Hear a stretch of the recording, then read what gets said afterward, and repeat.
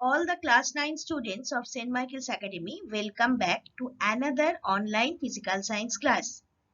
Today, I am discussing the last part of solution. So let's start.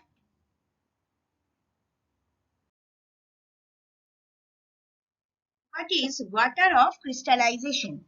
Water of crystallization or water of hydration are water molecules that are present inside crystals. Water is often incorporated in the formation of crystals from aqueous solutions. So you can say for the formation of crystals, the fixed quantity of water molecules which are chemically bonded per molecule of the substance is called water of crystallization. Examples given in a table. Blue vitriol CuSO4 5H2O. These formulae are very important. Read this properly.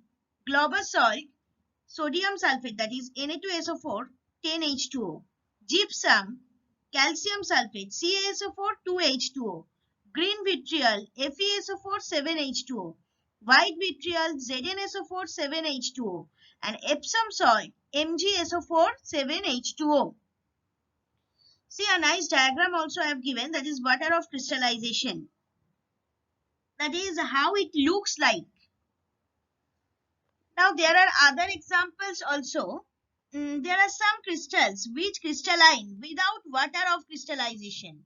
For example, saltpeter, potassium nitrate, KNO3, sodium chloride, NaCl, potassium sulfate, K2SO4, urea, CONH2 sugar, C6H12O6, etc.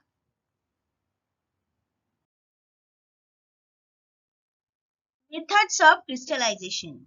Generally, two common methods of crystallization are gradual cooling and diffusion.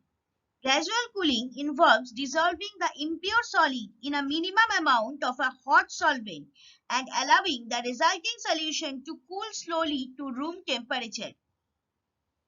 And there are some artificial methods of crystallization. For crystallization to occur from a solution, it must be supersaturated. This can be achieved by various methods.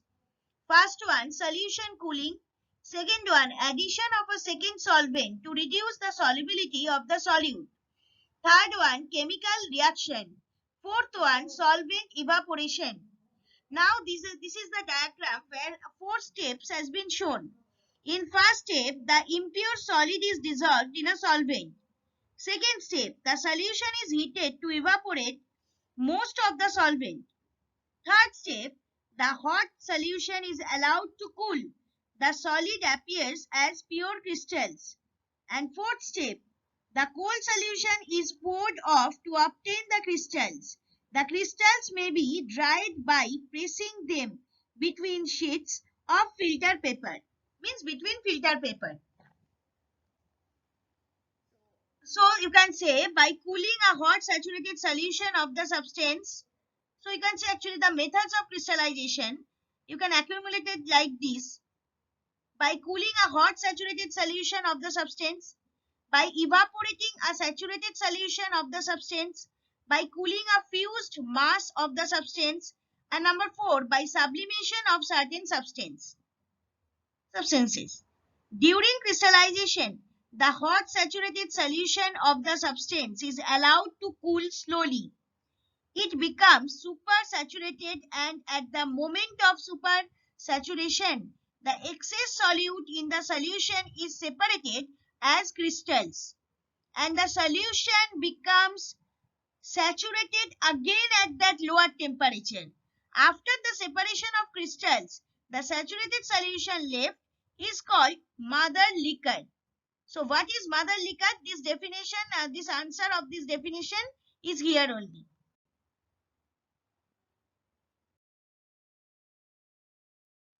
Effect of seeding on crystallization. The process of inducing and enhancing crystallization by adding a crystal of pure substance into its saturated solution is called seeding. The seeding techniques are applied to get pure and perfectly good shaped crystals. For example, in chemical industry like sugar industry, pharmaceutical industry, and manufacture semiconductor crystals. So the placement of a seed crystal into solution allows the recrystallization process to expedite by eliminating the need for random molecular collision or interaction. Seeding is therefore said to decrease the necessary amount of time needed for nucleation to occur in a recrystallization process. Seeding is one of the most straightforward methods used to control supersaturation. During seeding, a small mass of crystals is added to a supersaturation in order to start the crystallization at the desired supersaturation level. That means if you want to stop the supersaturation level of a solution, you have to use this process. Diagram is there, a diagrammatic structure. Concentration of solution and its units. The concentration of a solution is the amount of solute dissolved in a given quantity of solvent or solution. Concentration of a solution is expressed in different ways. Some of the ways I have given over here, that is I have given means in this diagram only I have given some of the more common concentration units are mass per unit volume, percent by mass, percent by volume, molarity, normality, molality, parts per million, that is ppm, parts per billion, that is ppb. But every process is not in your syllabus. So I am discussing here that particular process that is in your syllabus. First is the diagram. Units of concentration. Percent of volume means volume of solute divided by volume of solution in milliliter both into 100. And percent of mass means mass of solute divided by mass of solution both in gram into 100. A solution is equal to solvent plus solute, that you know. And molarity means molarity is one way to measure the concentration of a solution. So what is molarity? Moles of solute divided by volume of solution in liters. 1 molar, that is 1 capital M, the sign of mole. Solution contains 1 mole solute in every 1 liter of solution.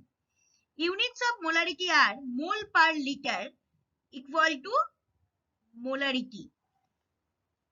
So now I am starting to discuss the units. First one, percent weight by volume. That is percent W by V concentration. The number of grams of solute dissolved in 100 milliliter of solution, that number is called the percentage strength by volume.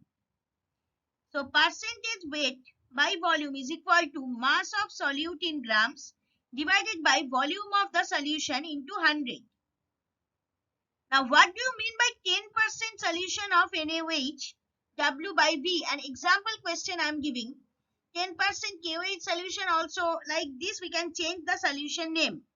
This means this solution contains 10 grams of NaOH per 100 milliliter of solution.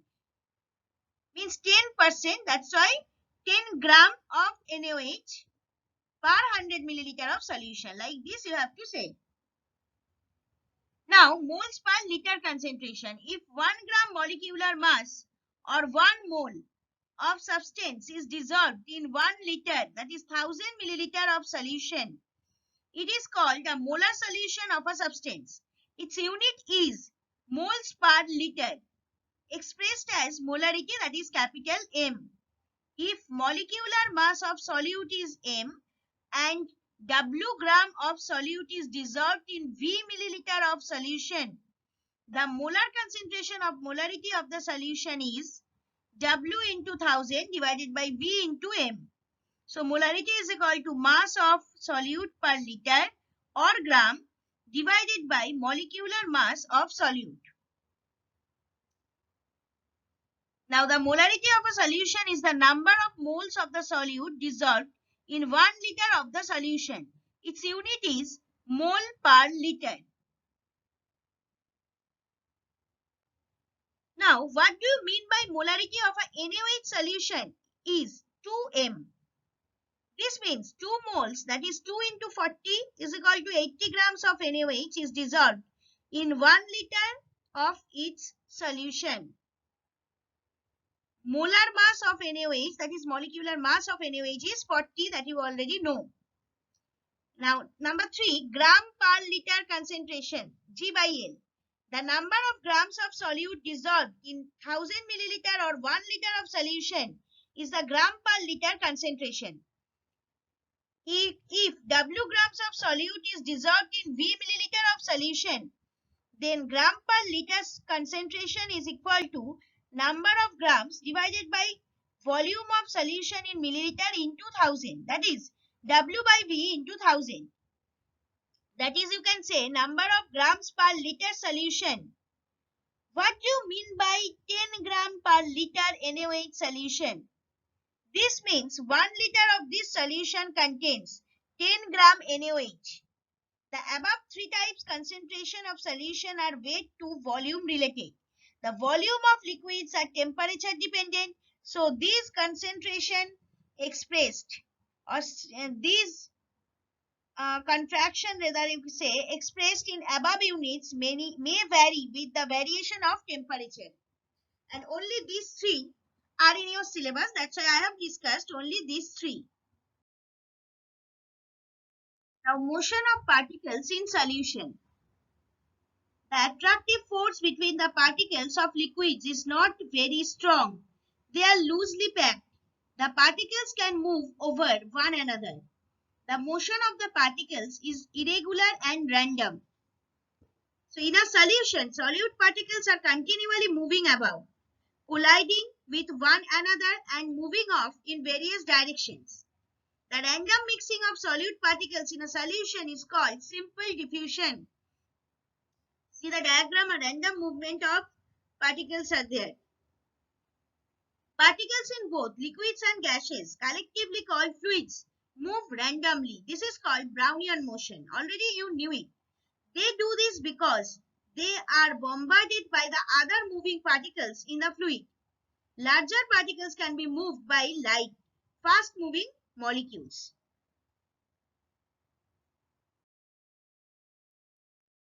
Now the last but not the least part of the solution, that is non-aqueous solvent. Solvents other than water are non-aqueous solvents. Water solution of a substance is called aqueous solution. So an aqueous solution is a solution in which the solvent is water. As water is an excellent solvent and is also naturally abundant, it is a ubiquitous solvent in chemistry. Aqueous solution is water with a pH of 7.0, where the hydrogen ions and hydroxide ions, or you can say hydroxyl ions, are in Arrhenius balance, that is 10 to the power minus 7. Now non-aqueous solvents diagram I have given, where they are forming the colored PPT, that is precipitation. Now, water is a good liquid solvent, yet why we are thinking about other solvent instead of water? My question is this. Water is versatile solvent, can dissolve many types substances, but it is not an universal solvent to dissolve all types of substances around us. So we have to use other solvents. Examples of some non-aqueous solvents. Now I am going to tell. Suppose benzene, toluene, xylene, chloroform, maximum organic one. Use of these rubber, plastics, varnishes, and in our everyday life, petrol, kerosene, ammonia are used in laundries for dry cleaning, for removing grease, adhering on clothes, etc. Like this, another example, turpentine oil, castor oil, non-aqueous solvents, used to dissolve paints, paraffin wax, and in our daily life, its use is also there, that is turpentine oil used for removing paint stain, borax solution for removing coffee and tea stain from clothes. Now carbon disulfide used to dissolve in sulfur phosphorus. Next, petrol used to dissolve in grease rubber. Acetone used to dissolve in chlorophyll. Alcohol used to dissolve in nail polish, that is cellulose acetate. Girls so obviously knows about this. Iodine solution uses, some uses now I am telling. Iodine solution in alcohol is called tincture of iodine, used for dressing wounds. It's a red colored solution. Manufacture of perfumes, aroma substances are dissolved in alcohol. Methylated spirit, that is iodine, naphthalene, chlorophyll, resin, chlorophyll, etc. So extraction of chlorophyll are extracted by soap holding plant materials with alcohol, petrol, etc. Now the another thing. Examples of use of non-aqueous solvents in plants and varnishes. For the manufacture of paints, the solvents used are linseed oil, tang oil, soybean oil. For emulsion paint, terpenes, benzene, toluene, xylenes, etc. Solvents used to prepare varnishes are turpentine oil, linseed oil, tang oil, methylated spirit, alcohol, etc. And the last one, what are the harmful effects of volatile non-aqueous solvents? Most of the organic solvents are poisonous. The volatile solvent on inhalation cause dizziness, nausea, fatigue, loss of coordination, coma. Long-term inhalation in high concentration cause brain damage. Aromatic hydrocarbon solvents like benzene, toluene, xylene, etc. are carcinogenic. That is, it may cause cancer. Alcohols cause irritation in eyes and respiratory tract. Methanol cause dizziness, blood vision, liver and kidney damage.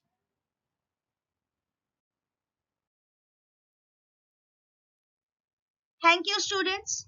For any doubts or queries, please email me at sudeshna1.sma@outlook.com. Even you need to send your regular physical science assignments in this given email ID. So this is the end of your solution chapter. From the next to next slide, we are going to start either measurement or matter.